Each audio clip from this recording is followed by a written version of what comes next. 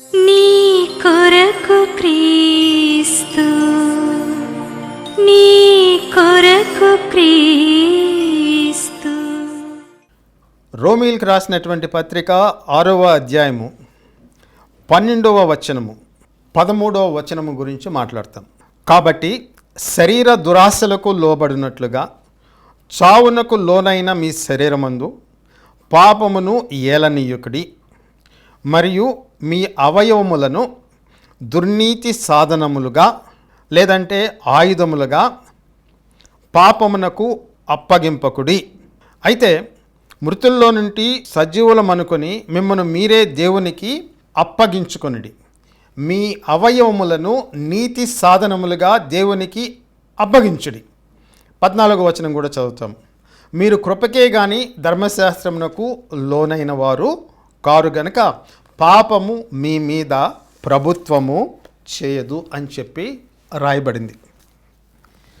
ఇక్కడ మీరు గమనించవలసినటువంటి మాట ఏమిటి అంటే, నువ్వు యేసు ప్రభువులోనికి రక్షణలోనికి వచ్చిన తర్వాత, నీ పాపములు క్షమించబడిన తర్వాత, దేవుడు నిన్ను నీతిమంతుడిగా తీర్చిన తర్వాత, పరిశుద్ధాత్మతో నువ్వు నింపబడిన తర్వాత, దేవుడు నీలో నుంచి పాప స్వభావాన్ని తీసివేసి పెరకవేసి పెకలించి నీలో పాపము లేకుండా చెయ్యలే. గుర్తుపెట్టుకో ప్లీజ్, చాలా ఇంపార్టెంట్. ఎందుకంటే క్రైస్తవుల్లో ఉండేటటువంటి కన్ఫ్యూజన్ అంతా ఇక్కడనే ఉంటుంది. సీనియర్ క్రిస్టియన్స్ కావచ్చు, ముఖ్యంగా అప్పుడప్పుడే విశ్వాసంలోనికి వచ్చినటువంటి క్రొత్త విశ్వాసులు ఈ కన్ఫ్యూజన్ ఉంటుంది. పరిశుద్ధాత్మతో నింపబడ్డావు, యేసుప్రభు రక్తంలో నువ్వు కడగబడ్డావు, దేవుని యొక్క వాక్యము మీరు దేవుని యొక్క కుమారులు కుమార్తెలు అని చెప్పి చెప్పబడుతూ ఉంది, దేవుడు మనకు శుభప్రదమైనటువంటి నిరీక్షణ ఇచ్చాడని చెప్పి చెప్పబడుతూ ఉంది. కానీ లోపల నుంచి పాపము చేయాలనేటువంటి కోరిక, పాపం పట్ల ఆసక్తి, ఈ డిజైర్ అనేటటువంటిది, హంగర్ ఫర్ సిన్ అనేటటువంటిది లోపల ఉండడము విశ్వాసులు గమనిస్తారు. అది గమనించినప్పుడు వాళ్ళకు ఒక డౌట్ వస్తుంది. ఏంటి అంటే, అరే నేను నిజంగా రక్షించబడ్డానా? ఒకవేళ యేసు ప్రభు రక్తంతో నేను కడగబడి పరిశుద్ధపరచబడి నేను రక్షించబడితే, మరి what is this desire, what is this inclination, what is this proclivity to do sin? Why do I have these desires? Why I am being attracted to that? My eyes are being attracted to that. My ears are being attracted to those things which are sinful according to Bible. Why I am being attracted? What is the reason for that? ఇక్కడ వస్తుందండి confusion, అయోమయం అనేటటువంటిది. బైబిల్లో ఏం చెప్పబడిందంటే, నువ్వు యేసు ప్రభువులోనికి రక్షణలోనికి వచ్చిన తర్వాత, పరిశుద్ధాత్మతో నింపబడిన తర్వాత, నువ్వు చర్చికి వెళ్ళేటప్పుడు, ప్రార్థనలో మోకరిల్లేటప్పుడు, ఇవన్నీ కూడా నువ్వు చేస్తూ ఉన్నప్పుడు, all these things you are doing, still the presence of sin is there very much, very much. It does not disappear. అంటే నిన్ను రక్షణలోనికి నడిపించినప్పుడు దేవుడు ఆ పాప నియమము అనేటటువంటి దాన్ని పెకలించి వేసి దాన్ని నిరర్ధకము చేయలే. నీ శరీరంలో, ఆ అంతరంగంలో, ఆ ప్రాచీన పురుషునిలో పాపము చెయ్యాలి అనేటటువంటి స్వభావము, కోరిక అనేటటువంటిది ఉంది. Even though you are a believer, you are constantly being attracted by sin. You are being solicited by so many sinful institutions and persons. That is there.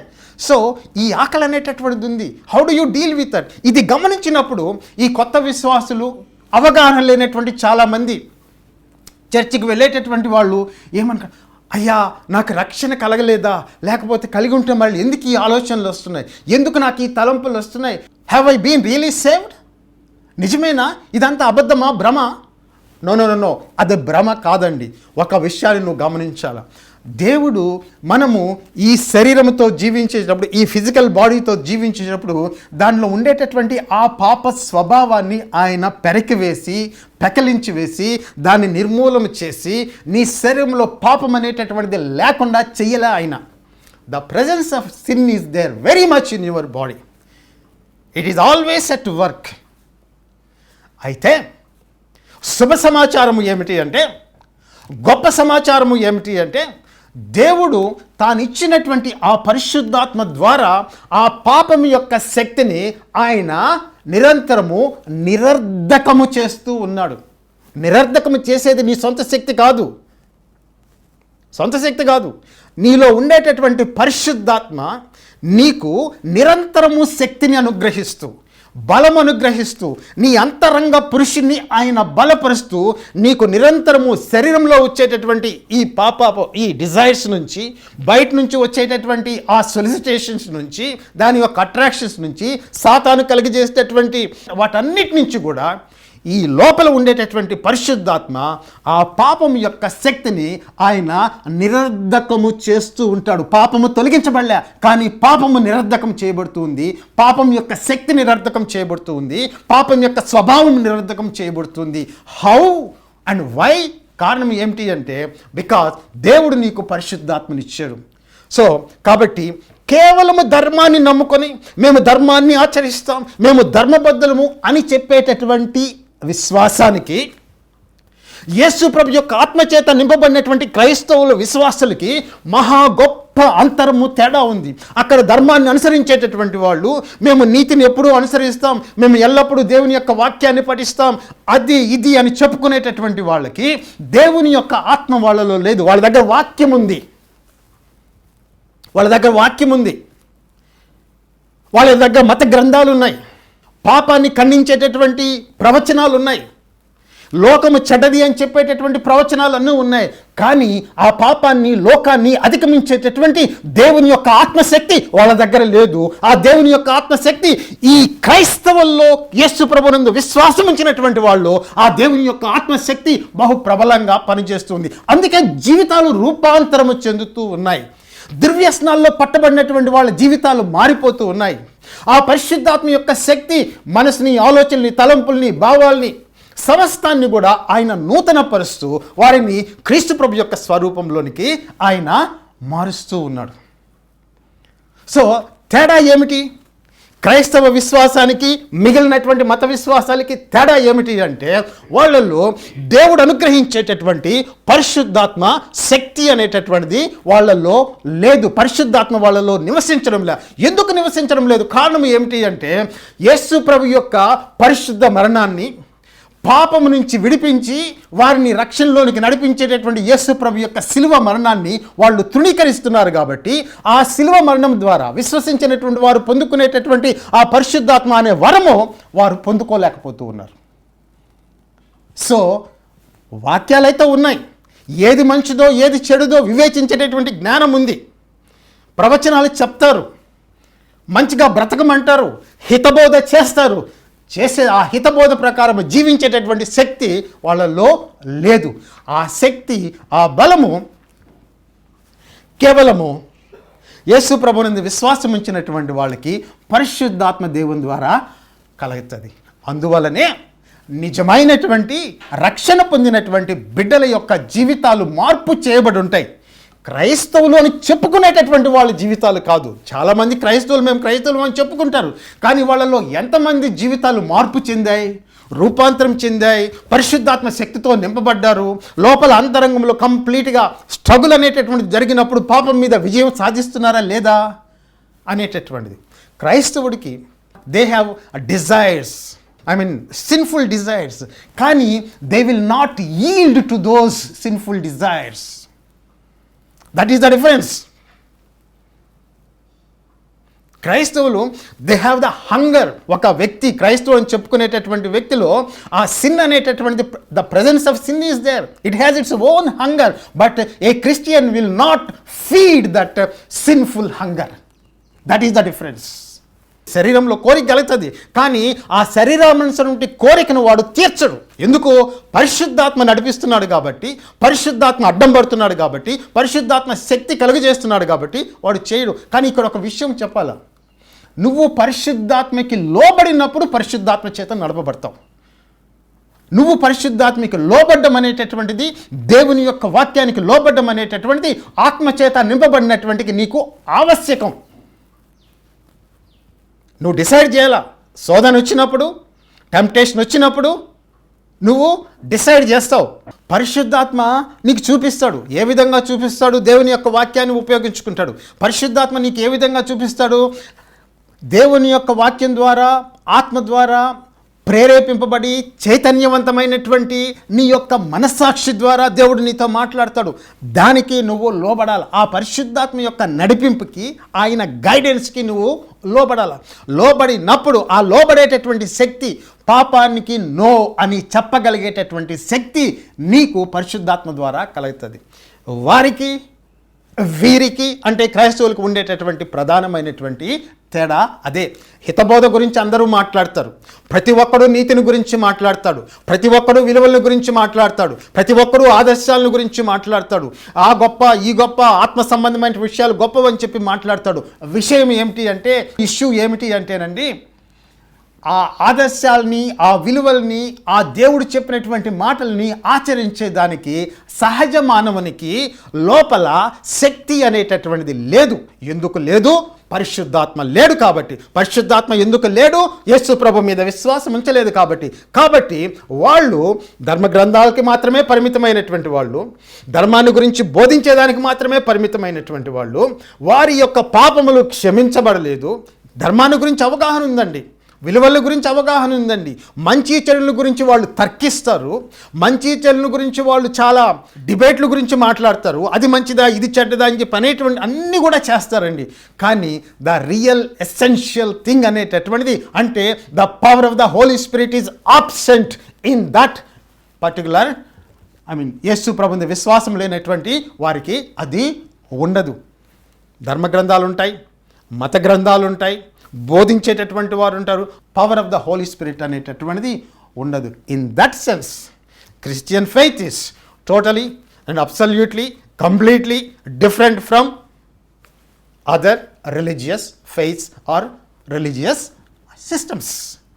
కాబట్టి ఈ పరిశుద్ధాత్మని నువ్వు వెంబడించినప్పుడు, పరిశుద్ధాత్మ ద్వారా నీవు నడిచేటప్పుడు, ఆ పరిశుద్ధాత్మ నీతో మాట్లాడినప్పుడు నీకు అంతరంగం లోపల నీకు ఒక అష్యూరెన్స్ అనేటటువంటిది, నువ్వు రక్షించబడ్డావు, నీ పాపాలు క్షమించబడ్డాయి అనేటటువంటి ఆ యొక్క కన్ఫెషన్ అనేటటువంటిది నీ హృదయ అంతరంగంలో నీకు కలుగుతూ ఉంటుంది. ఎవరు చెప్పవలసినటువంటి అవసరం లే.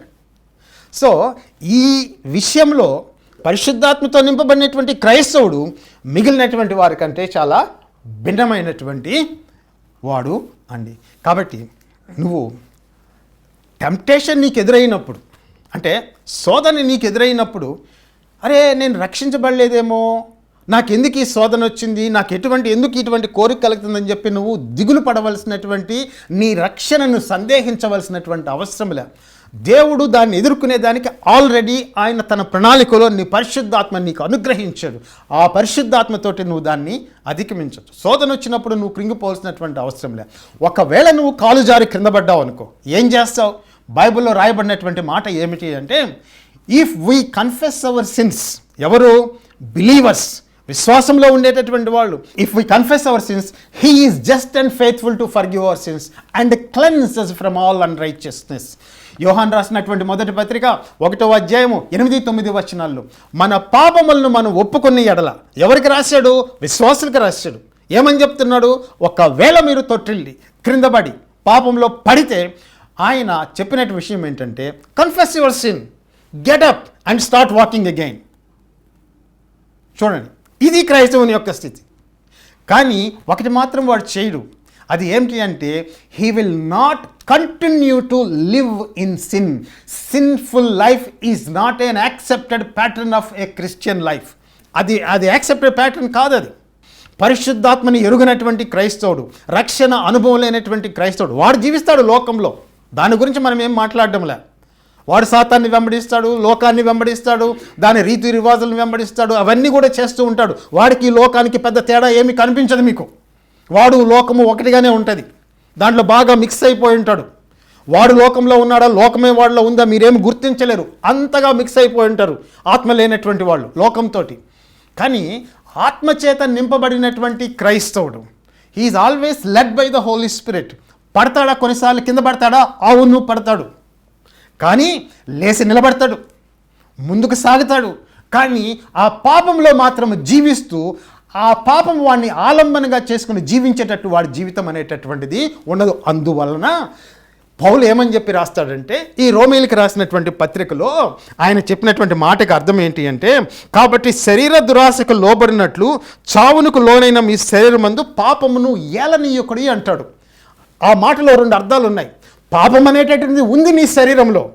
In your natural man there is sin, the presence of sin is there. కానీ పాపం అనేటటువంటిది ఉంది, కానీ వాడిని ఏలనీయుకుడి. Do not allow him to reign in your lives, do not allow him to rule over you. అంటే అడ్మినిస్ట్రేటివ్ పవర్స్ అనేటటువంటి వాడికి ఇవ్వద్దు. Resist him. పాపాన్ని నువ్వు ఎదుర్కో, ఆ శక్తి నీకుంది. పాపమును ఏలనీయుకుడి. యేసు ప్రభు దగ్గరికి రాకముందు ఈ రెసిస్టెన్స్ అనేటటువంటిది, పాపానికి నో చెప్పడం అనేటటువంటి శక్తి అనేటటువంటిది నీ దగ్గర ఉండేటటువంటిది కాదు. అందుకనే 7వ అధ్యాయంలో ఏమంటాడంటే, ఇటువంటి స్థితి నుంచి నన్ను ఎవడు రక్షించగలడు? మంచిది చేయాలనుకుంటున్నాను, చేయలేకపోతున్నాను. ఏ చెడైతే నేను చేయకూడదు అనుకుంటున్నానో దాన్ని నేను చేస్తూ ఉన్నాను. ఎక్కడ రాస్తాడండి? రోమీయులకు రాసినటువంటి పత్రిక 7వ అధ్యాయం 18లో, అనగా నా శరీరమందు మంచిది ఏదియో నివసింపదని నేను ఎరుగుదును, మేలైనది చేయవలనని కోరిక నాకు కలుగుచున్నది, కానీ దానిని నేను చేయుటకు నాకు కలుగుటలేదు.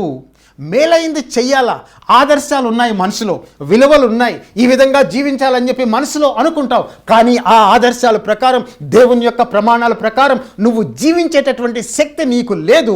కాబట్టి చివరికి నువ్వేం చేస్తావంటే, నీ శరీరము దేన్నైతే ప్రేరేపిస్తుందో, నీ పాపం దేన్నైతే కోరుకుంటూ ఉందో దాన్నే నువ్వు చేస్తావు. సో దెర్ ఈజ్ ఒక స్ట్రగుల్ అనేటటువంటిది కలుగుతూ ఉంది. విశ్వాసంలో కూడా స్ట్రగుల్ ఉంటుంది, కాదని కాదు. ఇక్కడ టోటల్ సబ్మిషన్ టు సిన్. రోమీయులకు రాసిన పత్రిక 7వ అధ్యాయంలో ఆ మాటల అర్థం ఏంటి అంటే, నువ్వు టోటల్గా సబ్మిట్ అయిపోతావు. పెద్ద రెసిస్ట్ చేయవు. శోధన వచ్చినప్పుడు కలిసి వెళ్ళిపోతావు, అంతే. That is your way of life. అది యేసు ప్రభు దగ్గరికి రాకముందు. యేసు ప్రభు దగ్గరికి వచ్చిన తర్వాత ఆయన రోమీయులకు రాసినటువంటి పత్రికలు ఉంటే, పాపమును ఏలనీయుకుడి. Resist him because you have Holy Spirit. You have the power to say no to that temptation. అది డిఫరెన్స్. మత గ్రంథాలు చాలా పెద్ద ఎత్తున పెట్టుకున్నంత మాత్రాన, మత గ్రంథాల గురించి ప్రవచనాలు చెప్పినంత మాత్రాన, మంచిని గురించి నీతిని గురించి వల్ల వేసినంత మాత్రాన, that doesn't mean Holy Spirit, the Spirit of God is working in you. ఉపవాసాలు చేసినంత మాత్రాన, తను పండుగలు చేసినంత మాత్రాన, ఉత్సవ కాలాలు చేసినంత మాత్రాన, ఈ సమయము ఆ సమయము, ఈ పొద్దున పూట సాయంకాలం, వీటన్నిటిని కూడా చేసినంత మాత్రాన, అర్పణలు ఇచ్చినంత మాత్రాన, తీర్థాలు చేసిన, నీ యొక్క అంతరంగంలో ఉండేటటువంటి పాపపు శక్తి తొలగిపోయిందని చెప్పి అర్థం కాదండి. చాలా ఇంపార్టెంట్ విషయం. పాపపు శక్తి నీలో నుంచి తొలగిపోయిందని అర్థం కాదు. ఆ పాపముని నిరర్ధకము చేసేటటువంటి శక్తి కేవలము దేవుడిచ్చినటువంటి పరిశుద్ధాత్మ ద్వారా ఒక వ్యక్తికి, ఒక స్త్రీకి, ఒక పురుషుడికి, ఒక యవనస్తుడికి కలుగుతుంది. ఆ పరిశుద్ధాత్మని పొందుకోవడం అనేటటువంటిది essential, that is not optional. దేవుడు దాన్ని నీకు ఆప్షనల్గా, ఓకే బిడ్డ, యేసు ప్రభు మీద విశ్వాసం ఉంచుతున్నావు, యేసు ప్రభు సిలువలో చనిపోయాడు నీ పాపాల కోసం అని చెప్పి నమ్ముతున్నావు, బాగానే ఉంది. పలానా చర్చికి పోతానంటున్నావు, ఇదిగో బ్యాప్టిస్ట్ చర్చ్కో, మెథడిస్ట్ చర్చ్కో, ఎపిస్కోపాలియనో, లేదంటే ఇంకేంటండి లూథరన్ చర్చో, హెబ్రోనో, చర్చికి పోతూ ఉన్నావు, ఫైన్, బాగానే ఉంది. పరిశుద్ధాత్మ అనేటటువంటిది పొందుకోకపోవడం అనేటటువంటిది నీ చేతికి ఇచ్చేస్తున్నా. It is your option. నీకు కావాలంటే నేను పరిశుద్ధాత్మని ఇస్తా, నీకు అవసరం లేదనుకుంటే నేను పరిశుద్ధాత్మ ఇవ్వనని చెప్పి దేవుడు ఏ విశ్వాసితోటి చెప్పడంలే. నిజంగా పాపం విషయమై మారు మనసు పొంది పశ్చాత్తాపం పొంది యేసు ప్రభు శిలువ దగ్గరకు వచ్చుంటే వాడి పాపాలు క్షమించబడిన తర్వాత బై డిఫాల్ట్ పరిశుద్ధాత్మ యొక్క నివాసం అనేటటువంటిది ఆ వ్యక్తిలో ఏర్పడుతుందండి. ఆ పరిశుద్ధాత్మ వాళ్ళలో నివసించడం అనేటటువంటిది ప్రారంభమవుతుంది. కాబట్టి ఎప్పుడు కూడా పరిశుద్ధాత్మ పొందుకోవడం అనేటటువంటిది ఆప్షనల్ అనేటటువంటిది కానే కాదు క్రైస్తవ విశ్వాస జీవితంలో. It is very much essential. It is absolutely necessary. You cannot live a Christian life without Holy Spirit. ఎందుకు అంటే ఈ లోకంలో ఇందాక నేను చెప్పాను, ప్రారంభంలో చెప్పాను, కొన్ని విషయాల గురించి చెప్పాను. ఒకటి, లోకం యొక్క ఆకర్షణ నుంచి నువ్వు తప్పించుకోలేవు. రెండోది, నీ అంతరంగంలో ఉండేటటువంటి inherent sin, the very presence of sin, దాన్ని నువ్వు ఓడించలేవు. మూడోది, సాతాను కలుగజేసేటటువంటి శోధనల నుంచి, ఆకర్షణల నుంచి నువ్వు తప్పించుకోలేవు. వీటి మూడింటిని నువ్వు జయించాలి అంటే పరిశుద్ధాత్మ యొక్క శక్తి అనేటటువంటిది అవసరం. సో ఎక్కడికి వచ్చాము? వీటిని జయించేదానికి దేవుని యొక్క రక్షణ ప్రణాళికలో దేవుడు ముందుగా ఈ ఏర్పాటు చేశాడు. కాబట్టి ఒకసారి ఆలోచించండి. యేసు ప్రభువులు దేవుడు ఈ ప్రపంచానికి, ప్రతి వ్యక్తికి, ప్రతి స్త్రీకి ఆయన ఇచ్చేటటువంటి రక్షణ ఎంత విలువైనదో ఒక్కసారి ఆలోచించండి. కేవలం మాటలతో కూడినటువంటిది కాదు. ఇది మా యొక్క ధర్మము, ఇది మా యొక్క నీతి, ఇది 1,00,000 సంవత్సరాల నుంచి ఇది ఉనికిలో ఉంది కాబట్టి చాలా గొప్పది అని చెప్పేటటువంటి తర్కం ఇక్కడ పనిచేయదు. నీ దగ్గర ఉండేటటువంటి ధర్మము, నీతి అనేటటువంటిది 1,00,000 సంవత్సరాలు పూర్వం నుంచి ఉన్నా కూడా, 1,00,000 సంవత్సరాలు అంటే దానికి ప్రారంభం అనేటటువంటిది ఆ నీతికి, ధర్మానికి ఉన్నా కూడా నీకు పాపమును జయించేటటువంటి శక్తి నీ లోపల కానీ లేకపోతే ఆ ధర్మముగానే మిగిలిపోతుంది. అది 1,00,000 సంవత్సరాలు పురాతనమైనటువంటిది కావచ్చు, అనేక వేల సంవత్సరాల నుంచే ఆ ధర్మము ఉనికిలో ఉండుండొచ్చు. కానీ ఆ ధర్మము ప్రకారము నివసించేటటువంటి శక్తి, ప్రభావము నీ దగ్గర లేనప్పుడు నువ్వు దేవుని దృష్టిలో ఆత్మపరంగా మరణించినటువంటి వాడివి. కాబట్టి నీ అతిశయము ఎక్కడ? దేన్ని గురించి నువ్వు గర్వపడుతూ ఉన్నావు? కొంతమంది చెప్తూ ఉంటారు, I am very proud to say I am this and that, I am very proud to say my culture is great. నీ కల్చర్ గొప్పది అయితే పక్కన ఉండేటటువంటి దేశస్తుడు కూడా నా కల్చర్ గొప్పది అంటాడు. ఏమండి, నేచురల్ కదా అది, ఎవడు కాదంటాడు? నీ కల్చర్ నీ గొప్పది, పక్కన ఉండేటటువంటి దేశస్తుడు యొక్క కల్చర్ వాడికి గొప్పది, నీ కుటుంబం నీకు గొప్పది, పక్కన ఉండేవాడి కుటుంబం వాడికి గొప్పది ఉంటుంది కదా. దాన్ని బట్టి నువ్వు అతిశయపడకు. మాది చాలా పురాతనమైనటువంటి ధర్మము, దాని గురించి కాదు నువ్వు అతిశయపడాల్సింది, దాని గురించి కాదు నువ్వు గర్వపడాల్సింది. నువ్వు గర్వపడవలసినటువంటిది, అతిశయపడవలసినటువంటి విషయం ఏంటంటే ఈ లోకాన్ని జయించేటటువంటి శక్తి, నీ అంతరంగంలో నివాసం చేసేటటువంటి పాపం యొక్క శక్తి, తర్వాత సాతాను యొక్క శక్తిని జయించగలిగేటటువంటి ఆ దేవుని యొక్క ఆత్మ నీలో నివాసం చేస్తూ ఉందా? Can you overcome the power of world?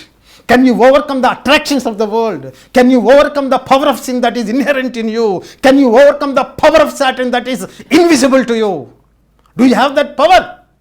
చాలా పురాతనమైనటువంటిది ఏంటండి? How does it make any difference to your present life? నీ యొక్క యాటిట్యూడ్స్కి కానీ, నీ తలంపులకు కానీ, నీ హృదయ అంతరంగంలో ఉండేటటువంటి ఆ కుళ్ళుకి కానీ, ఆ ద్వేషానికి కానీ, నీ హృదయ అంతరంగంలో ఉండేటటువంటి ఆ యొక్క అసూయకి కానీ, ఆ వ్యభిచారానికి కానీ, అబద్ధాలకి కానీ, ఈ 1,00,000 సంవత్సరాల నుంచి ఉండేటటువంటి ఈ ధర్మం అనేటటువంటిది ఆ హృదయంలో ఉండేటటువంటి కుళ్ళును ఏ విధంగా తీసివేసి దాన్ని అధిగమించేటటువంటి శక్తి ఏ విధంగా దయచేస్తుంది? నువ్వు చెప్పు. పూర్వీకులు చెప్తే ఏంటండి? So how does it make any difference? పూర్వీకులు చాలా విషయాలు చెప్పుంటారు. వాళ్ళ పరిస్థితి, వాళ్ళ ఆత్మీయ పరిస్థితి నీకేంటో తెలియదు. వాళ్ళ అంతరంగంలో వాళ్ళు ఎటువంటి పాపాలతో పోరాడారో నీకు తెలియదు, ఎటువంటి పాపాలకు లొంగిపోయారు. పూర్వీకులు చెప్పారు. పూర్వీకులు చెప్పిందంతా పరిశుద్ధమైపోతుందా? పూర్వీకులు చెప్పిందంతా పవిత్రమైపోతుందా? పూర్వీకులు చెప్పారు కాబట్టి ఈ దినమున నువ్వు పాపాన్ని అధిగమించేదానికి నీకు శక్తి వస్తుందా? It doesn't make any difference. So తార్కికంగా ఆలోచిస్తే నువ్వు అతిశయించేటటువంటి విషయాల్లో నువ్వు అతిశయించేదానికి ఏ హేతువు కూడా లేదు. దేవుడు ఈ దినమున నిన్ను తన అద్భుతమైనటువంటి రక్షణ ప్రణాళికని ఆయన నీ ముందు ఉంచుతూ ఉన్నాడు.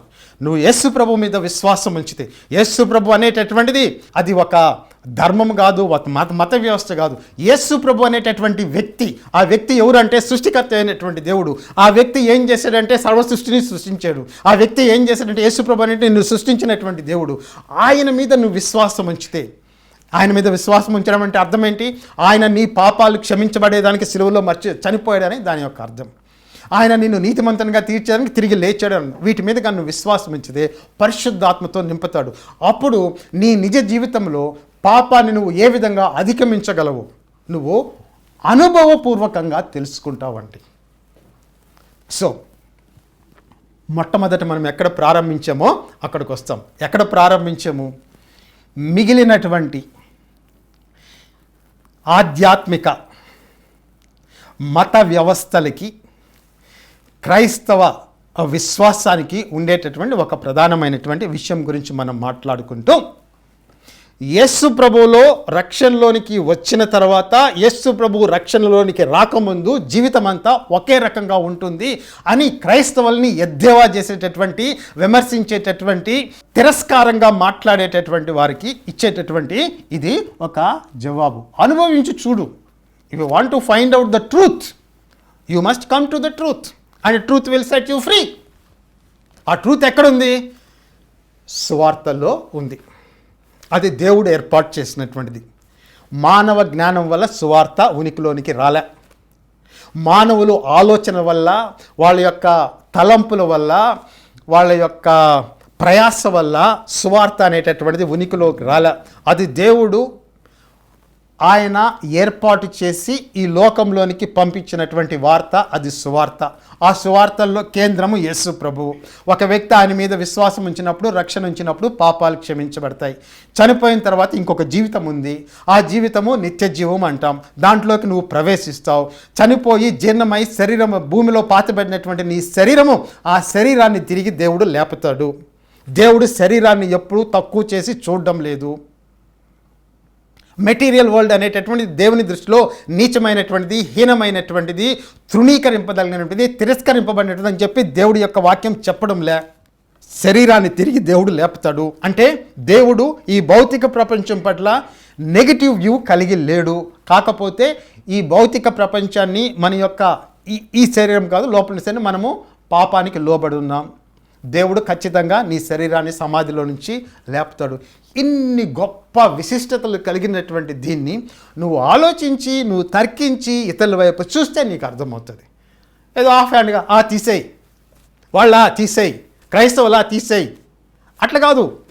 నువ్వు తర్కించి చూడు, చదివి చూడు, ఆలోచించి చూడు, రుచి చూసి చూడు. దీని యొక్క విశిష్టత ఏంటో నీకు తెలుస్తుంది. దీని రుచి ఎంత గొప్పదో నీకు తెలుస్తుంది. దేవుడు మిమ్మల్ని విస్తారంగా ఆశీర్వదించి దీవించునుగాక. యేసు నామములో ఆమెను ఒక చిన్న ప్రార్థన చేస్తానండి. పరిశుద్ధమైన మా తండ్రి, సర్వశక్తి కలిగిన తండ్రి యెహోవా దేవా, నీ వాక్యం వింటున్నటువంటి ఈ బిడ్డల్ని మీరు ఆశీర్వదించండి, దీవించండి. యెహోవా దేవా తండ్రి, నీ పరిశుద్ధ వాక్యం ఆ బిడ్డల హృదయంలో ప్రభువా నాయన వేళ్ళునున్నట్లు ఆ పరిశుద్ధ వాక్యము ప్రభువా ఫలించి తండ్రి 30 అంతలుగా, 60 అంతలుగా, 100 అంతలుగా నాయన తండ్రి ఫలించినట్లు ఆ వాక్యంను ఆశీర్వదించండి. వినిచినటువంటి బిడ్డల హృదయాల్లో నీ పరిశుద్ధ వాక్యంతో వారిని ప్రేరేపించండి, వారిని చైతన్యపరచండి, వారి తలంపులను, హృదయాల్ని, మనస్సుల్ని, ప్రభా భావాల్ని మీరు కదిలించండి. యేసు ప్రభువు రక్షణలోనికి నడిపింపబడి ప్రభా నువ్వు ఇచ్చేటటువంటి గొప్ప నిత్యజీవును వారు పొందుకున్నట్లు బిడ్డలకి కృపద ఇచ్చేయమని యేసు ప్రభు నామంలో నేను నడుచున్నాను. యేసు నామంలో ఆమెన్.